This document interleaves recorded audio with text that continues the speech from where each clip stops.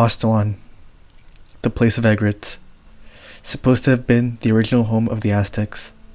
Many Spanish chroniclers have speculated on its whereabouts. One of these places is believed to have been in the modern Mexican state of Zacatecas, particularly focused on the site of La Quemada, also called Chicomostoc. In the 1600s, a friar identified the site as the legendary Chicomostoc, or the seven caves from where the seven tribes who inhabited central Mexico emerged. As to who actually built La Quemada has been up for debate for centuries. Some say it was, as mentioned, the site of the legendary Chicomostoc. Others say it was a trading post for the Teotihuacano or Tolteca. Archaeology has now disproven these theories, and this site was built by a culture they have referred to as the Chalchihuites, named after a town in Zacatecas where many of their artifacts have been found. The Chalchihuites culture mostly centered around Zacatecas. The Chalchihuites culture dates back to the 200s AD in the Classic to the 1100s AD in the Post-Classic. They were sedentary and practiced agriculture in a place that was much more abundant in those days. A stark contrast to the mesquite brushland desert we see today in Zacatecas, north of Mesoamerica. The Chalchihuites were very different from the nomadic Chichimeca the Spaniards encountered. The Chalchihuites also raised massive sites, some with the purpose of defending, others built to look up to the heavens. We will focus on two sites in this film, La Quemada and Alta Vista. La Quemada is probably the most famous in Zacatecas. It is located 56 kilometers from the capital of the state. This hilltop complex, or citadel, was inhabited between 350 to 1150 AD, but peaked around 600 to 850 AD. When you arrive at the site, you walk up towards an inclined hill where you are presented with a hall of columns, a sunken patio, and the remains of what archaeologists have called a ball court. Also what has been found were the remains of a zompantli, or a skull rack, popular amongst their Mesoamerican neighbors to the south, notably the skull racks of the later Aztecs. The zompantli at this site is believed by archaeologists to have been decorated with the skulls of prisoners of war.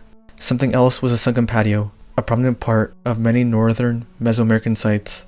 And finally, there is a large building, which is known as the Hall of Columns. It is 41 by 32 meters in size. The building is supported by 11 columns in a rectangular shape.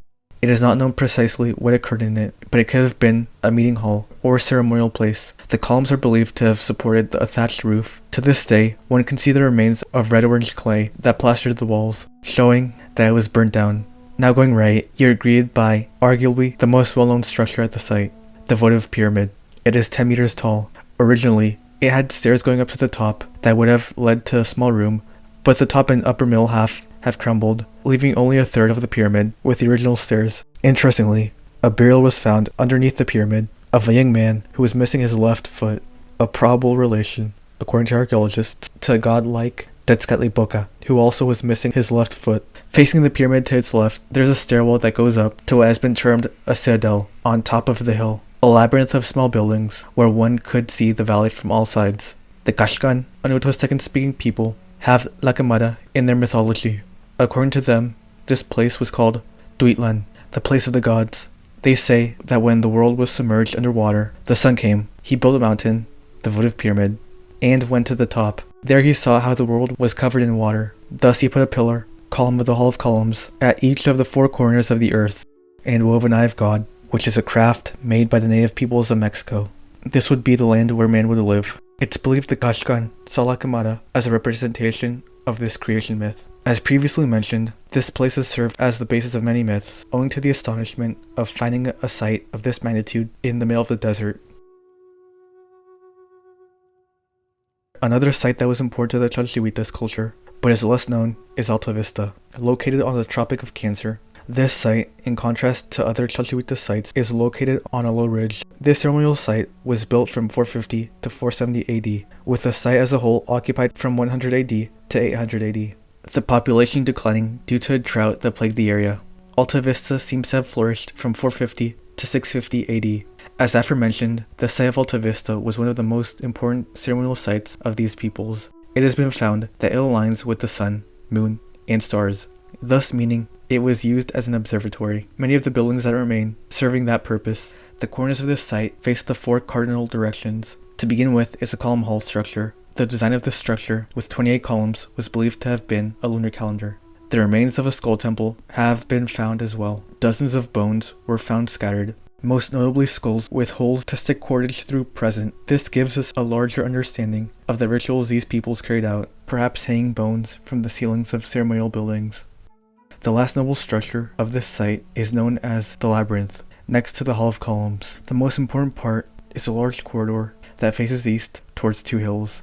The site of Alta Vista was strategically placed to view the equinoctial sun from these two hills. The corridor serves the purpose of creating a pathway with a direct light beam from the sun that illuminates the passage. Another thing worthy of note to add to the theory of a Tezcatlipoca-like god in the pantheon of the Chalchihuites is a burial that was found with pottery depicting an eagle with snakes and lightning in its claws, which is a symbol attributed to Tezcatlipoca. This is what is located at the important observatory of the Chalchihuites culture.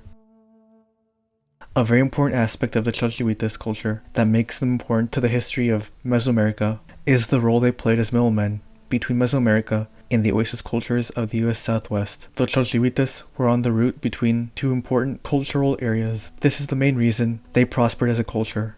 To begin, from Mesoamerica came cacao, macaw feathers, and live macaws, evident on Southwest party motifs. From Oasisamerica, one of the most important items that went to Mesoamerica was turquoise. It was an important and sacred stone amongst those cultures. The later Aztecs referred to it as Chalchihuitl. They inlaid their most precious objects with the stone, including the crown of their leader, the Tlatoani. Ideas also spread.